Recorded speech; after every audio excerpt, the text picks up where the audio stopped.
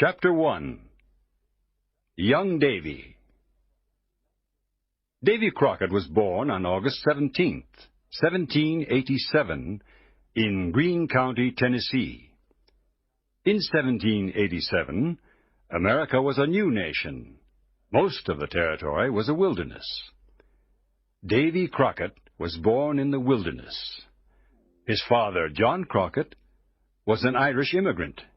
He fought in the American Revolution. He was a very courageous man. Davy had a difficult childhood. His family was poor. When he was 12 years old, his father said, "Davy, our family doesn't have any money. You must go to work as a cattle herder." "All right, Father," said Davy. "I'm happy to help the family." Davy traveled 400 miles on foot. He took cattle from Tennessee to other places. When he finished his work, he was far from home. He was lost. Davy walked 400 miles. When he returned home, he was very tired. Davy gave his father the money he made. His father was happy and said, "Thank you, Davy. Now we have some money for the winter months." "I can do it again to help the family," Davy answered. The years passed. Davy went to school when he had time. He spent most of his time hunting in the forest. He was the best shooter and hunter in Tennessee. He entered many shooting competitions and won them all. He called his rifle Old Betsy. For years, Davy hunted bears and other wild animals. He was a trapper. Once he hunted 100 bears in 6 months. It was dangerous to hunt bears, but Davy was very courageous and strong. He knew the forest well. The Indians were his good friends. He ran fast and was a strong fighter. He fought with the wildcats of the mountains. Some people said that one day Davy saw a raccoon in a tree. He wanted to shoot it, but the raccoon saw him and said, "Wait a minute. Are you Davy Crockett?" Davy answered, "Yes, I am." The raccoon answered, "Then don't shoot.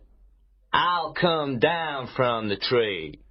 And the raccoon came down from the tree. Chapter 2.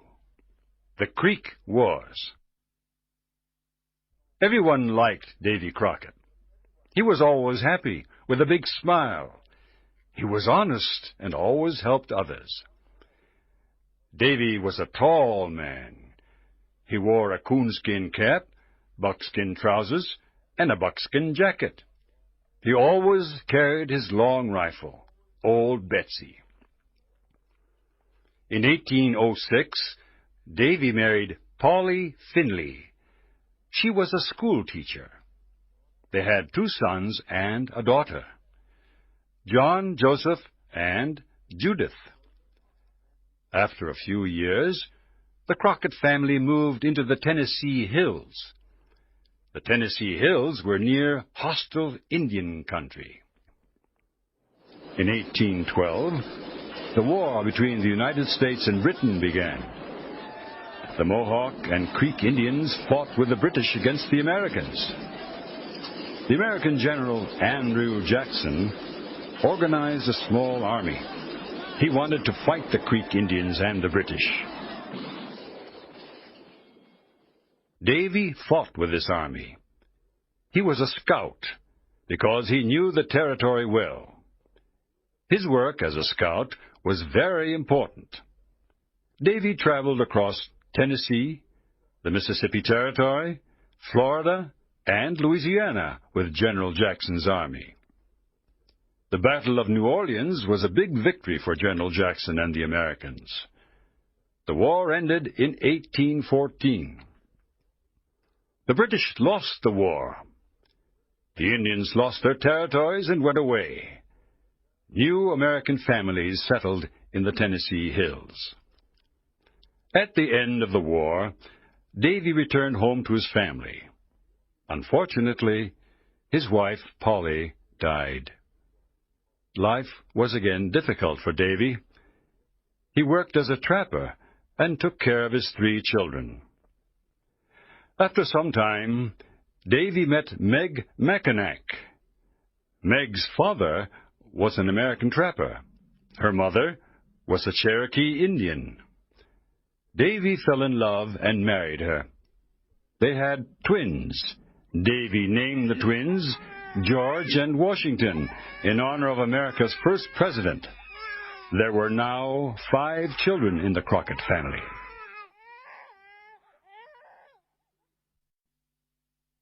Chapter 3. Davy enters politics. Davy and his big family wanted to live in Lawrenceburg, Tennessee. Davy bought a covered wagon. He and his family put all of their things inside the wagon: chairs, tables, beds, clothing, and many other things. 4 strong horses pulled the big wagon. Davy and his wife sat in the front. The 5 children were inside the wagon. After traveling in the forests and mountains, they arrived in Lawrenceburg. This was their new home. Davy opened a mill. He was a hard worker. His neighbors liked him. Everybody in Lawrenceburg liked him. He became a representative of the town government. He was very popular. People liked listening to his stories about hunting bears and about the War of 1812. They admired his honesty and courage. Davy was different from other politicians. His speeches were never boring. His message was clear. He spoke to the people in a simple language. He dressed like them, too. He always wore his coonskin cap and his buckskin trousers and jacket. One day, at an important meeting, he didn't know what to say. So he looked at the people and said, "Today, I am like a man trying to drink water from an empty barrel. I'll tell you a funny story, and then we can go home." Davy soon became a representative of the government of Tennessee. Now he was in politics. He helped his people in many ways. At first, many politicians laughed at Davy because he never wore a suit. After some time, these politicians admired and respected him. Davy was an honest man. Everyone believed what he said. His buckskin jacket had 2 big pockets. In his right pocket, Davy had a bottle of whiskey. When he met his friends, he gave them some whiskey. In those days, it was common to give some whiskey to friends.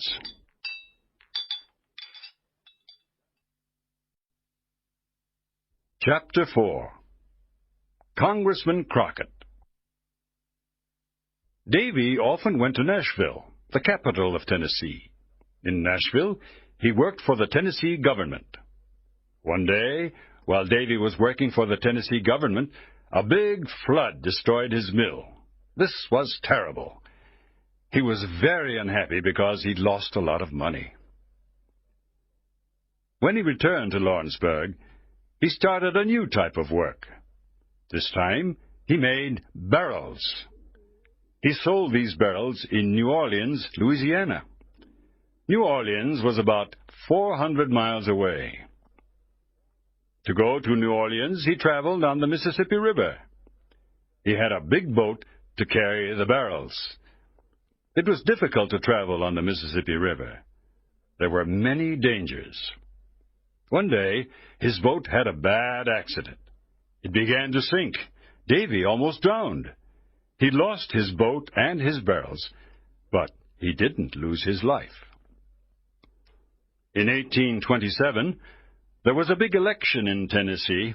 Davy Crockett became a United States congressman.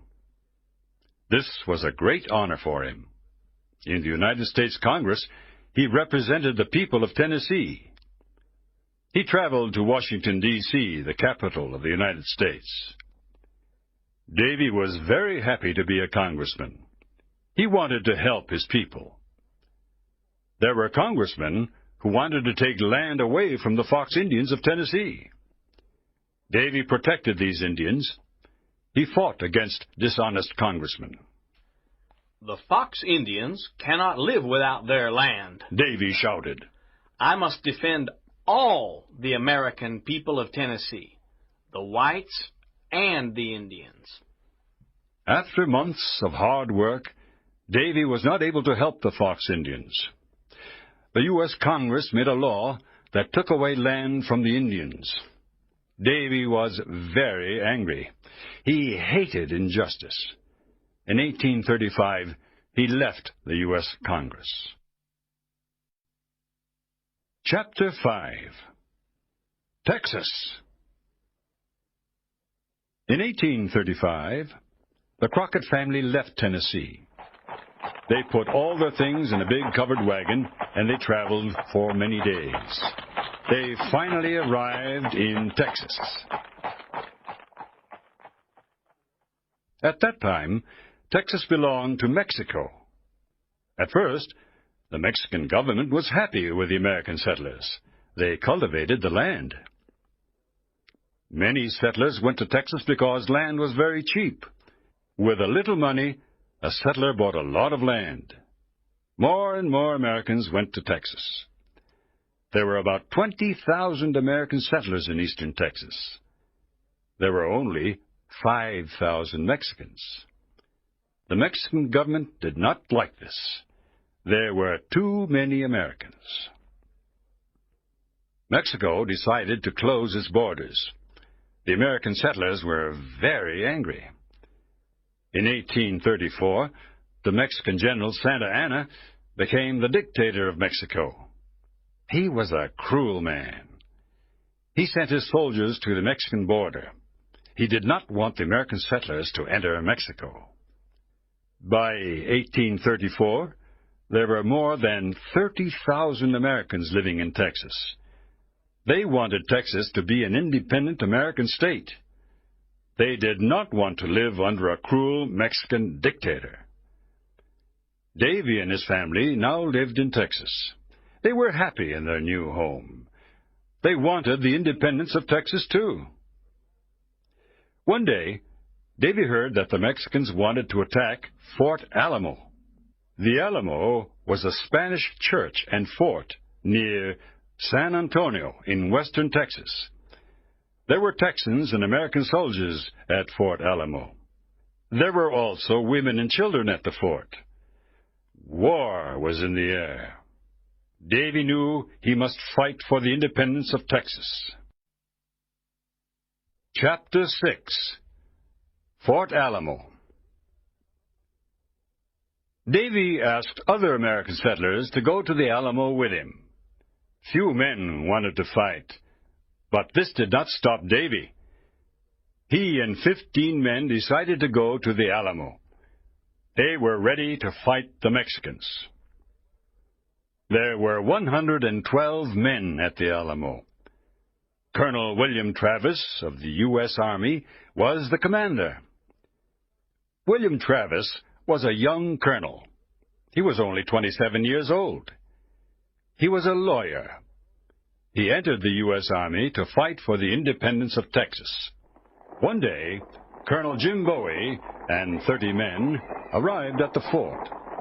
Jim Bowie was a tall, strong man. He was a hunter and trapper. Good evening, Colonel Travis, said Colonel Bowie. I have a message for you from General Sam Houston. Here is the letter. Colonel Travis opened it. He read it aloud. You must destroy the Alamo and come with my army. General Santa Anna will attack the Alamo soon. General Sam Houston.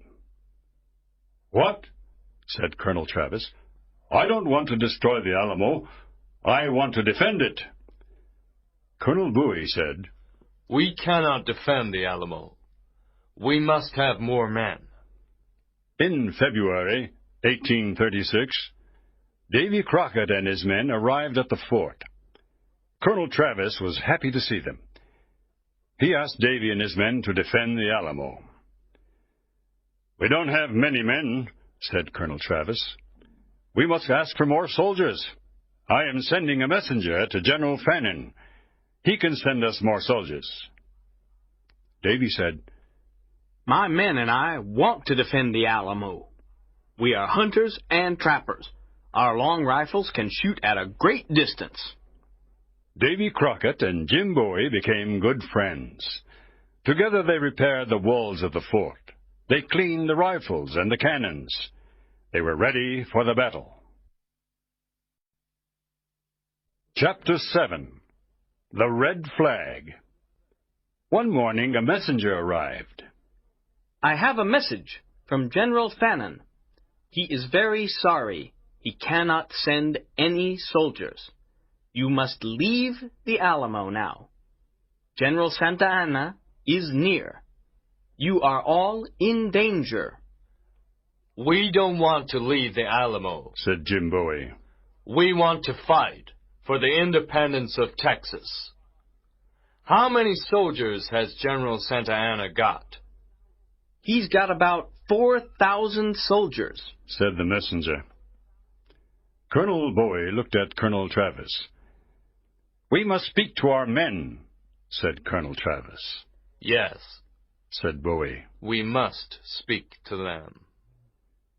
Colonel Travis called his 187 men. He said sadly, "General Santa Anna is coming to attack us. He has about 4,000 soldiers and lots of ammunition. We have only 187 men and little ammunition.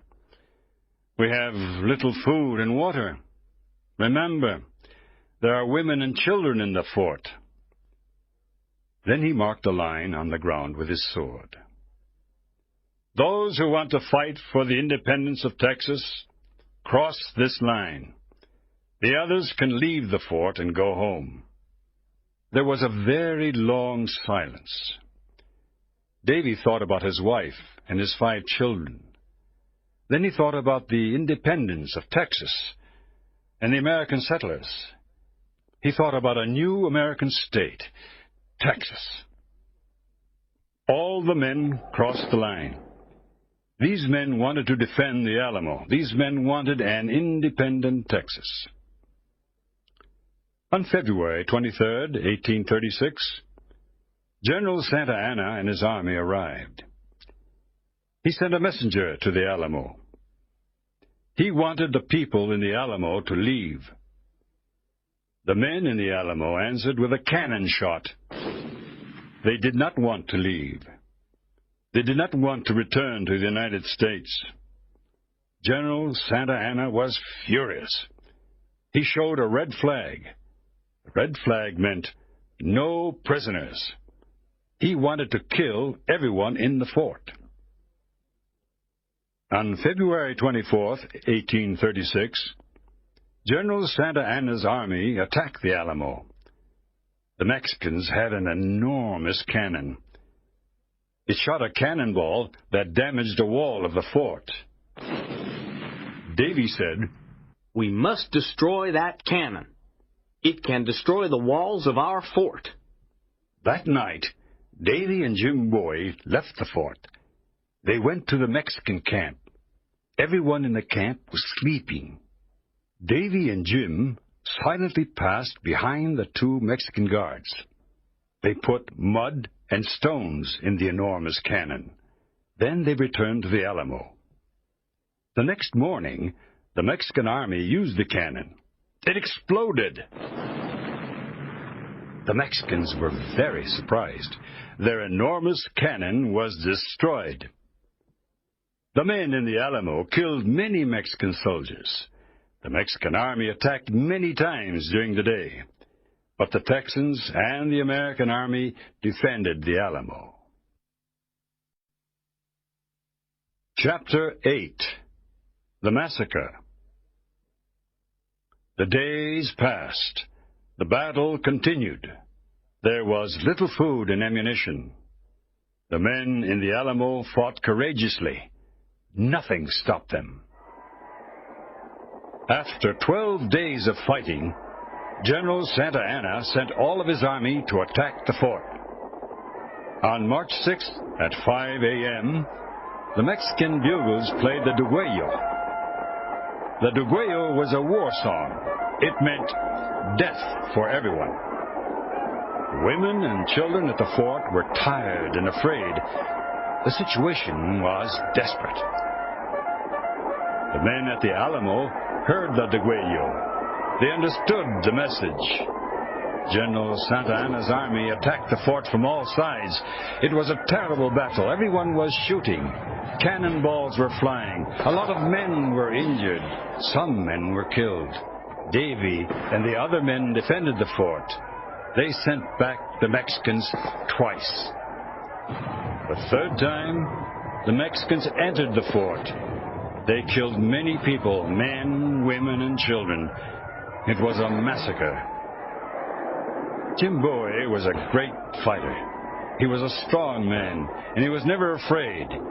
He fought with his famous Bowie knife. He killed many Mexican soldiers. At the end of the day, 3 Mexican soldiers killed Jim Bowie. Davy and the other men fought until the end. They killed many enemy soldiers. It was a desperate battle. 4 Mexican soldiers killed Davy with a long knife. The tall, courageous trapper fell to the ground.